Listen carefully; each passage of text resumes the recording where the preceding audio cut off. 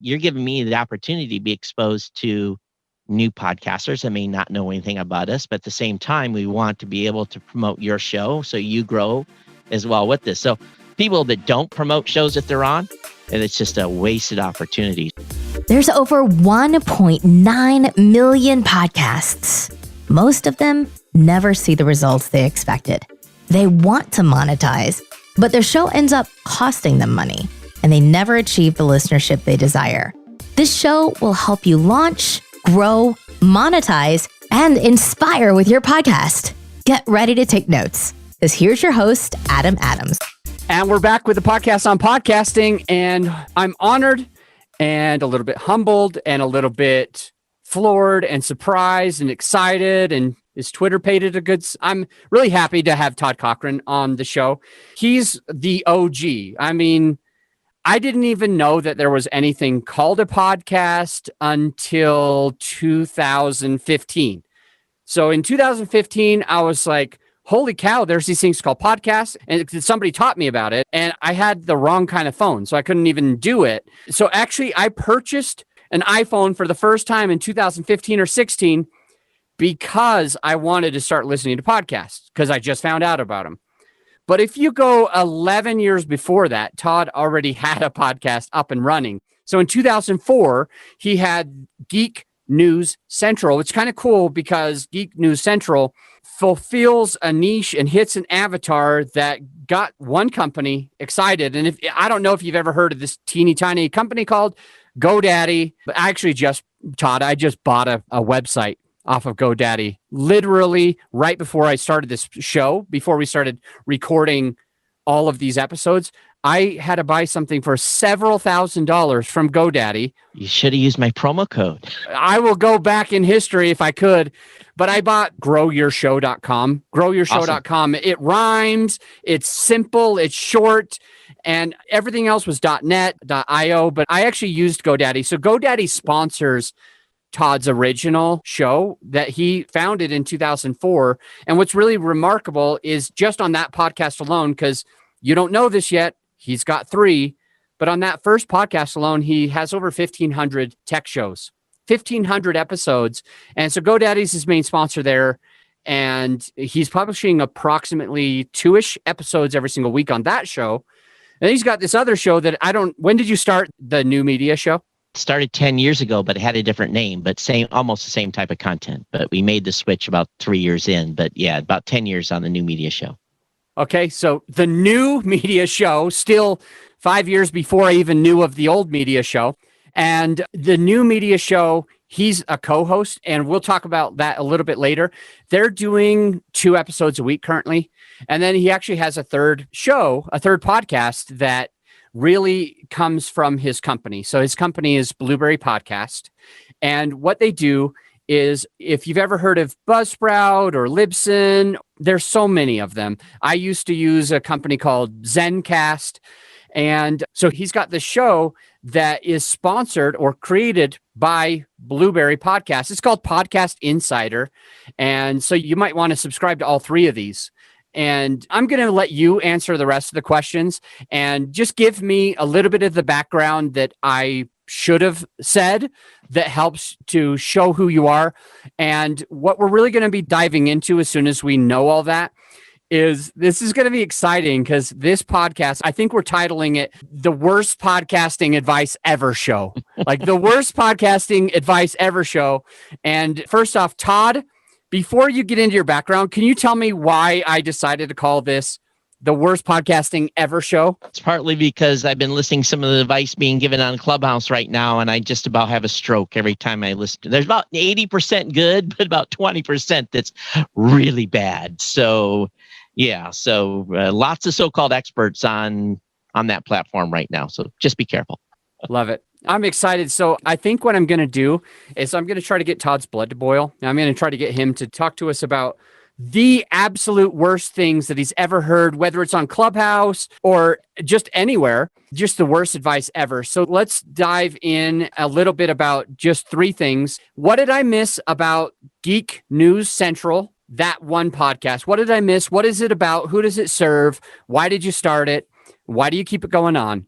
It's real simple. I started as a blogger in 2002, and I was a really bad blogger. I mean, bad. So there was like maybe 300 people a week that were coming to the website. So when I heard about podcasting in 2004, I have the gift of gab. So I thought this is the perfect opportunity just to talk versus write. And I launched the show, and it went absolutely stratospheric from the very, very beginning.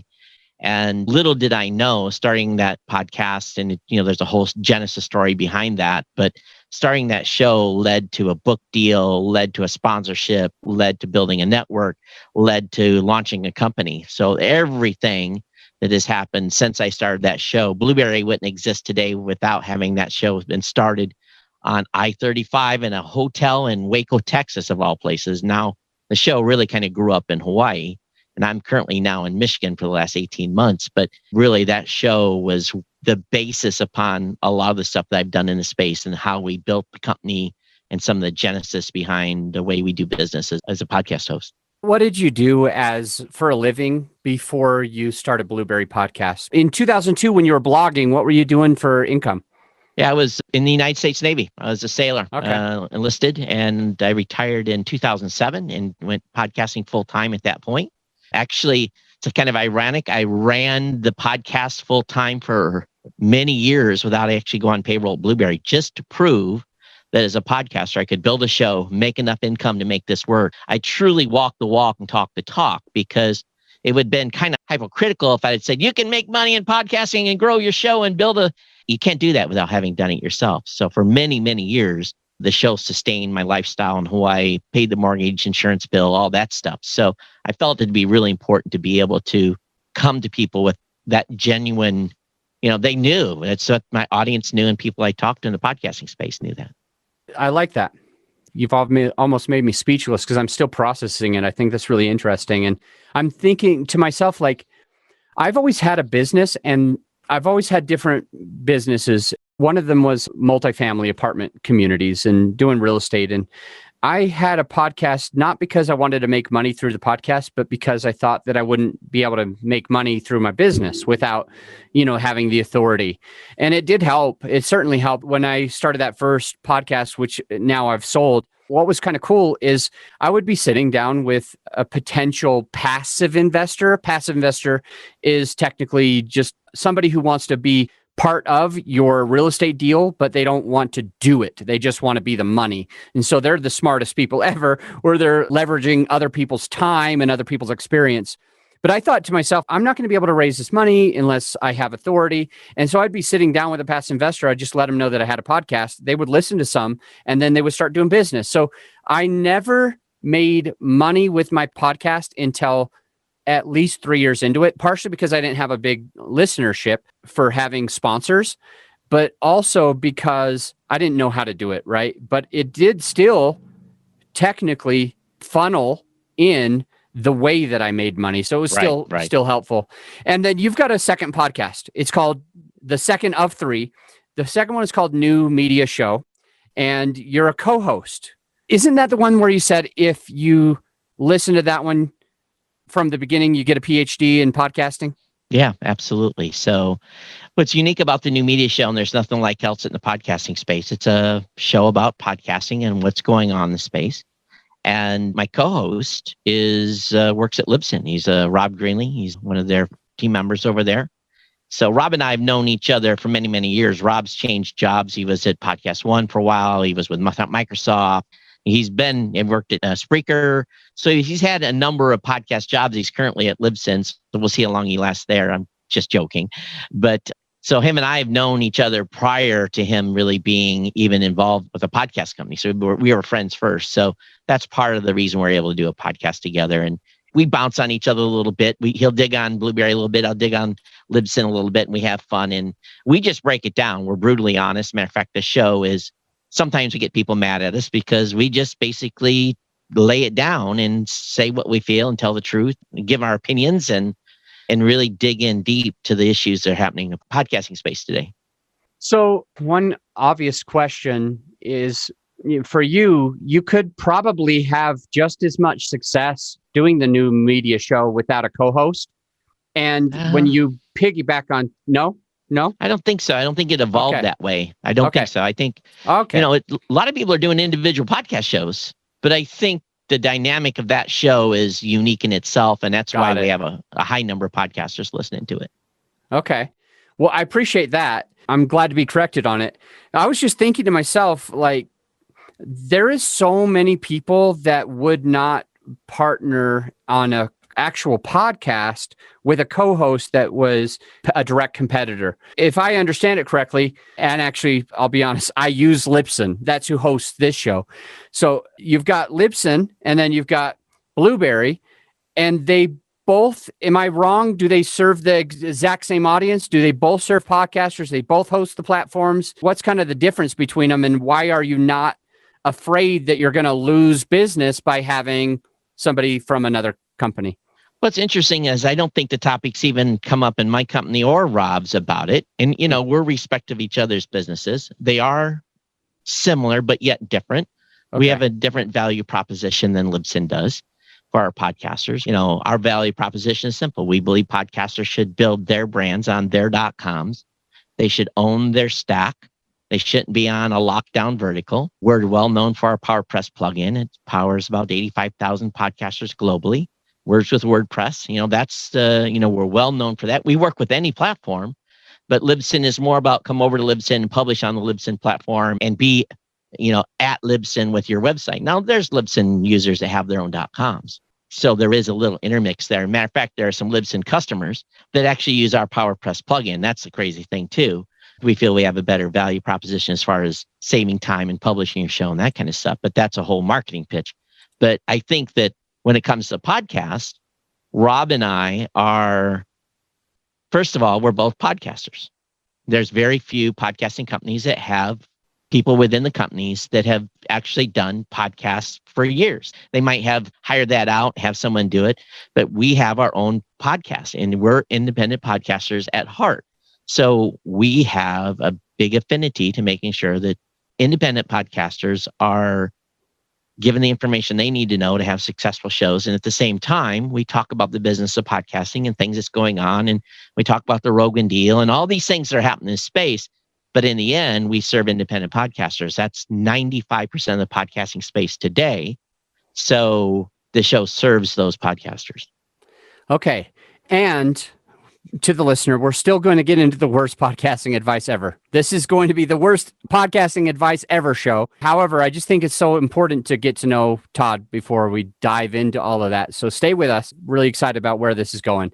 I have a question about your company since I haven't used and worked with you yet. And what it sounds like is that when you're doing a Libsyn one or someone else, I'm not trying to, when you're doing some of the other companies, it's like the RSS feed is published on that website, but it almost sounds like what you're telling me is you're helping us or supporting us or building it for us, where like I have my feed on growyourshow.com, for example. That's where I put my feed. I don't log into your platform. You just help me log into my own platform. Is that kind of what you're saying? Or yeah, so what it really boils down to is you can host your media with us and you can use all of our promotion tools and everything that we offer. We have IB certified statistics and all the stuff that we're famous for.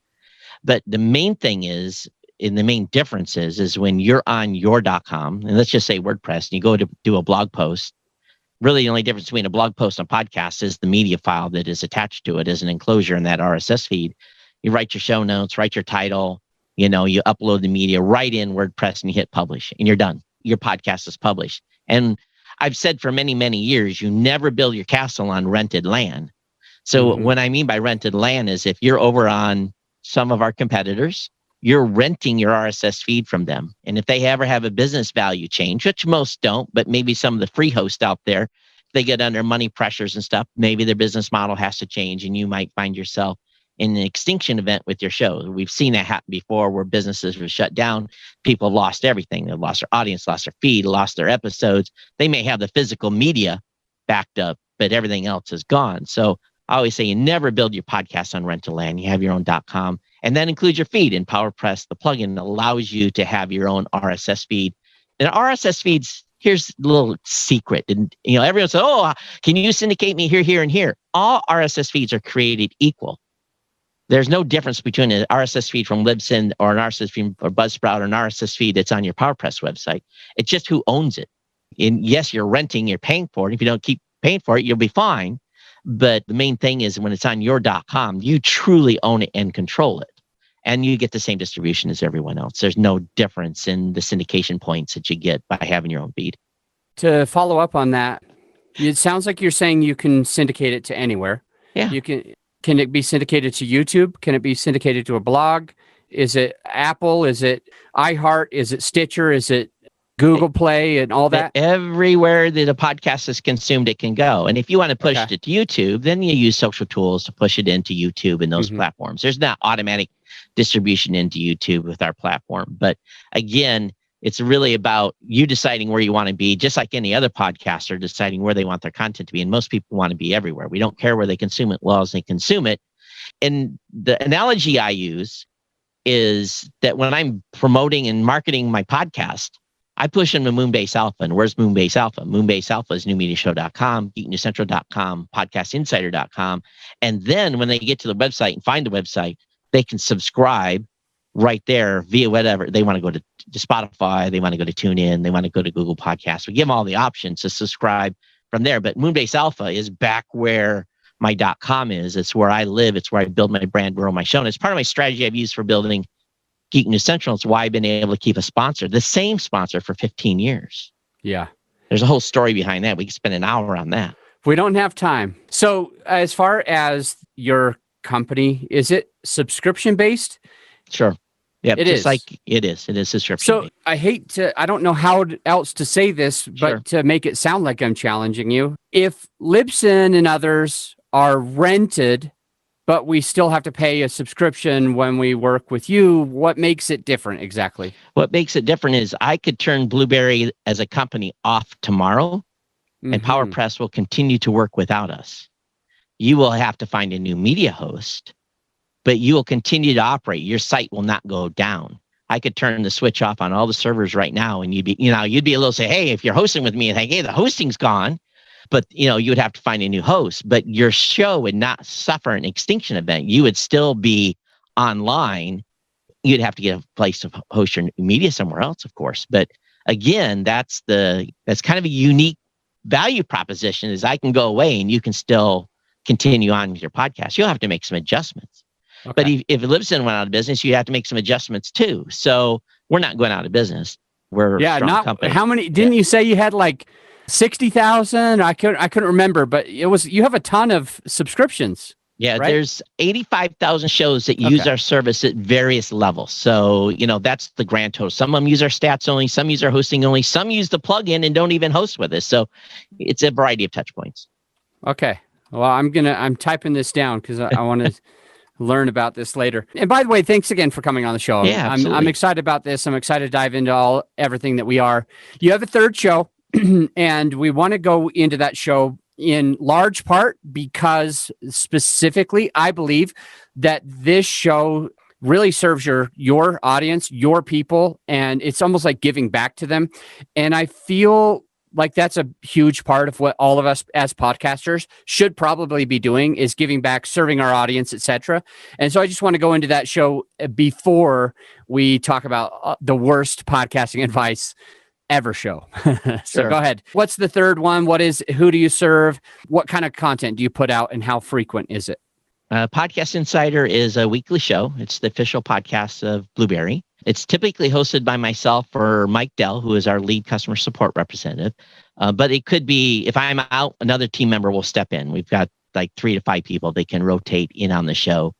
And it's basically laid out with a little bit of news of what's going on in the space. We talk a little bit about some best practices. So we'll spend 15 minutes talking about a best practice for the week. We'll talk about what's happening at Blubrry from a business perspective, what customers can expect, what we're about to roll out, and talk about things that have happened. It's just we're rolling some new stuff out today. So this Thursday we'll be talking about that product that we rolled out, but we've been priming the pump already the last couple of weeks that this new feature is coming. And then we'll do an interview with a podcaster, and that story is really interesting because we know we're podcasters, Blubrry podcasters are listening to the show. So we want to be able to have them get a perspective of other podcasters, how they started, why they started, what they're getting out of it, what their audience is getting out of it. It's a 30-minute interview, really a Genesis story. And it's pretty remarkable the number of different stories and whys and hows people started podcasting. And then we wrap the show up with, something that's maybe come in via Facebook or on social media, or maybe a support ticket that come in that says, how do I do this? And we'll go over a question that one of our customers has asked for the week. Typically, if we don't have any interviews, and we don't run an interview every week, well, that show will run about 30 minutes. And then if we have a interview that are intermixed with it, then it's an hour. But we do that every week, and it's just a way for us to keep our community informed. And also it's a marketing vehicle for the company as well. So we promote that all over social, Instagram, all the places everyone else does. That's the exact reason why I was asking, because one of the things that can be really smart, and I should probably do it on this show, and I haven't yet, which is surprising. So I'm learning from you.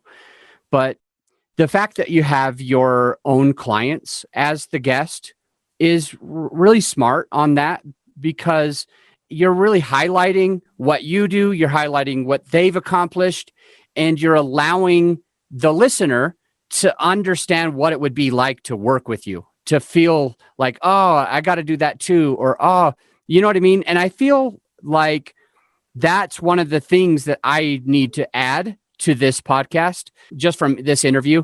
I'm already doing, half of the interviews have been where it's me alone, just doing a monologue, just trying to do something short and concise and really add a lot of value. And then the other half, I explore topics with people like you, where I try to dive deep and understand what to do and how to do it better. And some of the reason why I have you, and I don't know if you'll share it or not, but one of the reasons why I have guests on is because sometimes they will post it on a website page where these are all the interviews that I've ever done. Sometimes they'll put it on social media or send it to their email list. What I've kind of noticed though, and you tell me if this is similar or if you've noticed it, if the higher up or the bigger the name, the less likely, the less probable that they're going to share it. And the smaller the name, if it's their first time ever being on a show, they're so excited that they publish it everywhere, and they're like, oh my gosh, look at me, I was actually on a podcast. To you, you might not even care because you do it all day, every day, and this is your whole world. What are your thoughts on that? Well, I'm going to tell you, I've learned some lessons from doing interviews myself, because when I do my tech show, but every year I go to Vegas to CES, a Consumer Electronics Show, and I interview companies that are there, and I always try to get the biggest fish. I try to get the technical director, CEO, marketing, whoever it may be, because these guys are usually they have a swagger, or lady, they have, a little bit of finesse. And what I have found is that the closer that episode's getting to production, I'm like, hey, we're finishing up production with that episode. We're about ready to put it out. It's going to come this date. And I'm feeding that person this information for several weeks before that episode is published. And then I'm always telling them, hey, make sure you're feeding this back to your PR people. And what we do is kind of stroke their ego a little bit. And that allows them to say, oh, I want people to know that I was on this interview, and we give them a preview. We don't let them change the interview, but we let them get access to the content before it's published so that they can get hyped for it, because we've had it on the cutting floor a little bit, and then we put it out, and then we get this massive amount of link backs from these major corporations. I was one of 3 people that interviewed the CEO of GoPro the first year they were at the CES. They got hardly any press coverage the first year. Do you think that guy likes me? Yeah, absolutely. I go to VIP in GoPro when I go and see him now, when I'm at CES or NEB or wherever they may be, because he remembers I was the guy that came in and did an interview with him. Now, as far as this interview goes, I'm no dummy. I'm going to take this information from you. I've got a gal that takes care of the social media with us. I'm going to say, okay, here you go, promote it. Because you're giving me the opportunity to be exposed to new podcasters that may not know anything about us, but at the same time, we want to be able to promote your show so you grow as well with this. So people that don't promote shows that they're on, and it's just a wasted opportunity. So no, you're going to get good cool promotion from us. I appreciate that a lot. I don't think I was trying to fish for that, but I'm really grateful. I am fishing because I want to be on your new media show. I just need to see what I need to do to get on there. I think it'd be fun. I think that'd be just so fun. But regardless, I have one last question that I need to ask you before we dive into today's topic.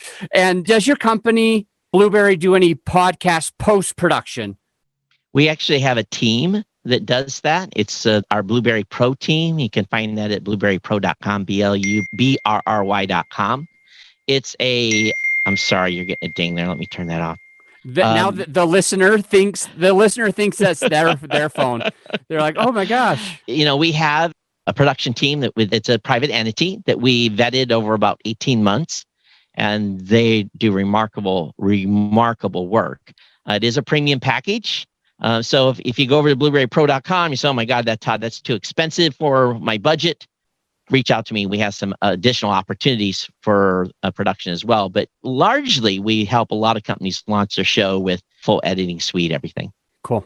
Now let's jump in. How many things, Todd, do you think you could actually here, before we do that, we're going to take a quick break. And then we'll be right back with a number of the worst advice Todd's ever heard, probably on Clubhouse. We'll be right back. Hey, my friend, as you know, this episode is sponsored by my company, growyourshow.com. We want you to be able to have the best tools at your disposal without costing you a whole arm and a leg. So right now you can get a free list of vetted equipment that like mics, mixers, webcams, sound treatment, editing software, everything that you need. I created the whole PDF with direct purchase links, just to save you time and money, to help it be more convenient for you. So this free PDF will help you skip all the guesswork.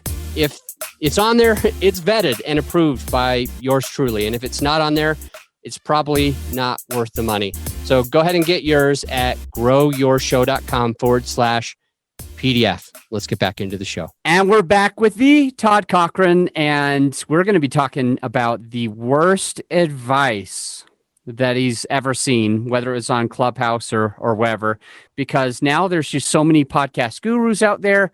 And I think he's about to have his blood boiling or a heart attack or whatever they call it. So, Todd, what are the major things that you keep seeing that you're just like, why would you say that? That's not even true or whatever.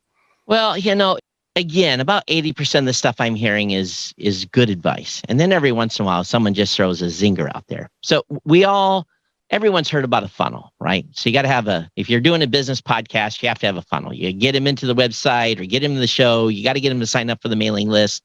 And this is one of the first worst piece of advice I heard is an individual told a new podcaster that they should have the ability to collect a email address for someone that visited their website. Now, we've all seen those pop-ups before that when you land on the website, you're there for, 15, 20 seconds. You start to move your mouse to move off the page and the pop-up comes up and signs up for my newsletter. Personally, those drive me crazy because if I'm new to your website, I don't even know who you are yet. And I don't know what your authority is. I have no clue. If I've discovered you because of Google or a recommendation, I want to check you out a little bit. There's a place and a purpose for a funnel. It isn't 5 seconds after you land on a homepage. You can go ahead and tamper down those funnels a little bit so that they're not just hammering you. So the piece of advice I heard was the podcast guru told the podcaster that you should wait 5 seconds before putting your funnel newsletter piece right up in the middle of the page so that you can collect that email address. I think that's horrible advice. I really, really do. Need to tamper down, be a little bit calmer with trying to get that person into your funnel. So we all want to build a mailing list. I think it's important for all of us, but that's one of the pieces of advice I get. And people can kind of differ on that, but if you don't know who someone is yet, do we really want to get hammered? If you use a perspective, someone's discovering you for the first time, don't we give them a little time to check out the website and give them the opportunity to subscribe to the show before we whiz them into the funnel to try to get them in a newsletter? Okay. I can see your point, definitely. And I also see on the other side, and I will say that obviously with 85,000 people paying a subscription to you every month or so, with 85,000 people, you're obviously doing something right in business. It is not easy to manage that amount of people, to support that amount of people, to even to get in front of that amount of people. That's incredible stats. So I think what you're saying makes a lot of sense. But I have seen a lot of people that get massive value also, where they're really pushy, they're really like funnely, when you spam people basically with emails, it seems like you're probably going to turn off 90 something percent. You're probably going to turn them off, but there is a way to be successful that way too, or at least to make money. So I like what you're saying, and I'm not arguing it. I'm just trying to think on all sides of it. Yeah. So don't get me wrong. I think there's a place to get people into a newsletter where you can market to them. I just don't think it's 5 seconds after they've landed on the homepage. Yeah. So, my advice to them would been is there are options in those software packages to be able to say how long before the pop-up comes up or what action the person's doing before they're leaving before the pop. So you can tamper that a little bit. So again, that would have been more of my advice, is not just to hit them in the face, punch them in the face 5 seconds after they've landed on the website. Now, I think maybe this one you can agree with me on. There was a gentleman that was is a lawyer, and he's going to be doing a show about the law, and he's just going to be talking about general topics. He's not going to be talking about come over here and hire me because I'll get you $55,000 because of your car accident. It wasn't one of those types of shows. And the advice that was given to the new podcaster was just getting started out was, you need to he said this, and I quote, you need to 1000% focus on local, so that you get a local audience listening to your show, because most podcasts are not consumed globally. And I was just like, what? That cannot be true. It's like every podcast is consumed globally. Right. I've helped a number of people start podcasts, like just from the very beginning, right? And mostly they start trending in Saudi Arabia first, and then they start maybe trending in the US, and then it's Britain, and then it's the Philippines, and then it's all over. They're not even promoting to the Philippines or to Britain or to Saudi Arabia, but they're getting downloads. I know that the show that I sold, we were in like 20 countries, and there was a few of those that I didn't even speak the language. I'm like, what? How does it go there? So no, I completely agree with that, 100%. And one of the go ahead. I was going to say, if you're going to be doing a show on, let's say, Seattle news, well, then of course you're going to 100% focus local, because that's going to be about Seattle. But at the same time, a lot of people who lived in Seattle that don't live there anymore may want to keep up to date what's going on with Seattle. But if you're going to do a local show, you're doing a local show. Or if he was trying to, let's say he's living in the state of, let's just say Texas, and he's a lawyer that is an ambulance chaser. And I'm not saying that's what that guy was, but let's say he's the guy that's going to get you the $55,000 for that, the car that hit you in the rear end. Then he's the one going to market in Texas. He's not going to want to, he's going to focus on. So there's a right answer for the right type of show. So, I thought the advice was just horrendous. One of the things that I learned from you, I was about to share, Gary Vee's always saying jab, jab, right hook. Just going back to the part where you were talking about the funnel and the pop-ups and just smacking them in the face, it made me think of the jab, jab, right hook. And the jabs are like these kind things, these adding value, like a lead magnet, for example, where you're giving them something that they want. And then like later on, maybe you hit them hard, but you got to start with the jabs. They're going to see a right hook coming a mile away if that's all you're doing, for sure. So good stuff. How about two more big ones where definitely just you say the wrong advice, the wrong way to start a podcast, or the wrong way to post-production, or should you be editing it yourself? Should you not be? Should you be cutting out ums and ahs? What else are you kind of seeing that a lot of people are saying backwards? Well, one thing I just do want to say up front is there's no rules in podcasting.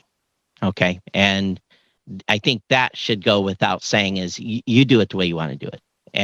But I would say that there are probably some guidelines out there that I feel personally that should be followed. The one piece of advice I heard about a show launch was the podcaster was told a potential new podcaster said, and this is, I would have got in front of this person a lot sooner if I'd had the chance, but this person had already pre-recorded 25 episodes. And someone had gave him advice to do that, to get those in the can before they launch. My advice to podcasters is that it's okay to have 2, 3, 4, 5 in the can. But what's going to happen is the show is going to morph. By episode 10 or 12, you're going to be making tweaks to it. And if you put 25 in the same format and that format is not working, you're stuck with 25 episodes. So the advice that came from what I heard in the Clubhouse room was that you should publish all 25 of those episodes at once. I was like, no, screaming, no, don't do that, because most podcatchers will typically download the last 3 to 5 episodes and that's it. So if you're going to launch a show, go ahead and launch with a couple of episodes if you want. I personally think you should launch with 1 episode and then go on a normal publishing schedule. It gives you time to promote the show, build, make adjustments and changes to the show as you're getting going. And even if you have 3, 4, 5, 10 in a can, then, make those plans for those changes on episode 11 that you're going to record in week 2 of your show being out. But I just think that the advice of that person being given, launch all 25 at once, was a bad idea. If you are a nationally known name and you are going to put out a series and you have a big PR team and lots of money, you can probably launch with 25 episodes or 10 or 12. But you got to have the marketing push behind that. So again, there's no rules in how you do this, but there are strategies you can use. If you're going to launch with 25, then you got to have a budget to launch with 25. If you're new and you don't have a budget, you launch with 2 or 3, then make adjustments as your audience starts to give you feedback on the show. So it was just a different, I wouldn't say advice, I would have given that person a different methodology in launching with the pre-recorded show. Well, first of all, if I'd have been advising, there would never have been 25 pre-recorded episodes, but I didn't get in front of that person in time. I have to admit that I'm doing that now. So we're recording this episode before the podcast actually launches. Launch date of the podcast is April 2nd. And I was going to go massive, or I am planning on doing it. I was just going to do 6 on the first day, and then probably do 1 a day for a while. So I'm actually, and with what you said, I'm putting a crazy amount of money behind, and not a crazy amount. There's companies that are doing $1 million or $2 million or $10 million. I don't have that kind of money. Right. But I'll be doing 25 grand or so just on promoting it, going to my list, which I do have a pretty good following and stuff like that. So see, that's perfectly acceptable. You've got a plan on how to launch with the show with that number of episodes. This was just an independent podcaster that had created 25 episodes already. Yeah. So it's, again, that makes so much sense. That's why I prefaced with there's no rules, and there's just strategies you can use, and there's different strategies applied to different folks as launching new shows. I'm still of the belief you shouldn't launch with 6. I think you should launch with 3, then launch a couple of days later. Just keep feeding the beast. If you want, it's again, It depends on how you guys are going to launch, and you're having success in launching other shows. So if you found a formula, use that formula, replicate it. I have a formula. I've preached that to podcasters that I'm working with, and I have them replicate that formula too. There's different formulas that work in the space. All right, Todd, one last piece. Give it to me. What's the last piece of horrible advice that we shouldn't do? So you're launching on a website, on a .com. But what I heard some advice given was a company was getting ready to do a show about their company, and they were going to use it as a lead gen. And, there's a lot of podcasts doing that. They're for consultants, for financial advisors. There's lots of folks doing podcasts to use as a lead gen, build that authority. That's all great, man. Those are podcasts, print $100 bills, or hopefully $1,000 bills. They just do well. So the advice that was given, the guy asked, should I put the podcast on my own website, or should I put it on a different .com? And the advice that was given back is you should put that show on a different .com so you don't cause issues with your existing brand. I wanted to slam my head into a cement wall. You're building your brand on your .com. You're building your business. You've got a pre-existing user base that's going there. You've got Google Juice. You have all the stuff that's, you spent time and money and branding, and you would never put a new show that has this objective that is directly aligned. I mean, not a separate piece of the business, directly aligned with the original business. Never put that show on another.com. In all honesty, I was in bated breath listening to this. I'm saying, are the other co-hosts that are in this session or in this Clubhouse session going to step up and say, no, that's a bad idea? No one said nothing. They let it go. And in my opinion, that'll be the type of customer that will come to me 6 months from now and say, Todd, we're having problems with growing our podcast. Can you spend some time with me? And I will get on the phone with this person. And within 10 minutes, I'll be exasperated. I say, okay, we're going to help you fix this. We're going to get you moved over. We're going to get you set up on your own website. We're going to redirect the stuff from that site you started to your website. We're going to unscrew this mess up. That's the type of person that's going to come to me and beg for help later. So vet who you're getting advice from. Ask them, how many podcasts have you launched? Were you successful in your own podcast? All these questions should be asked by potential podcasters to vet who they're talking to. And I would have to imagine that having the podcast go ahead and launch on your website as part of your main business, it seems like the constant updating of the website, like once a week for, if you're doing it once a week or whatever, that helps with SEO, Google searches, the blog, maybe having a transcript or whatever, that helps people when they're searching. Just seems like it also pulls people to your website.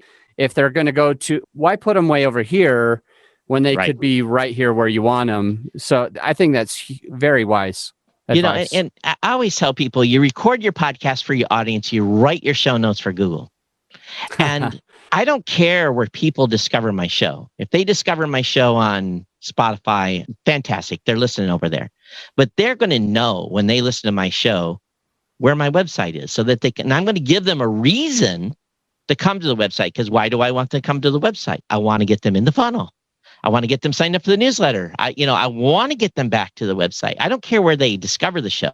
And if they discovered it on the website, then I maybe get a 2-punch. Maybe I get them subscribed to the podcast and maybe they listen to the first episode. Say, by the way, on the website, you can sign up for the newsletter. And they go back and sign up for the newsletter. So it's about building trust, building authority. This is not that complicated. And you can still all do the stuff you do.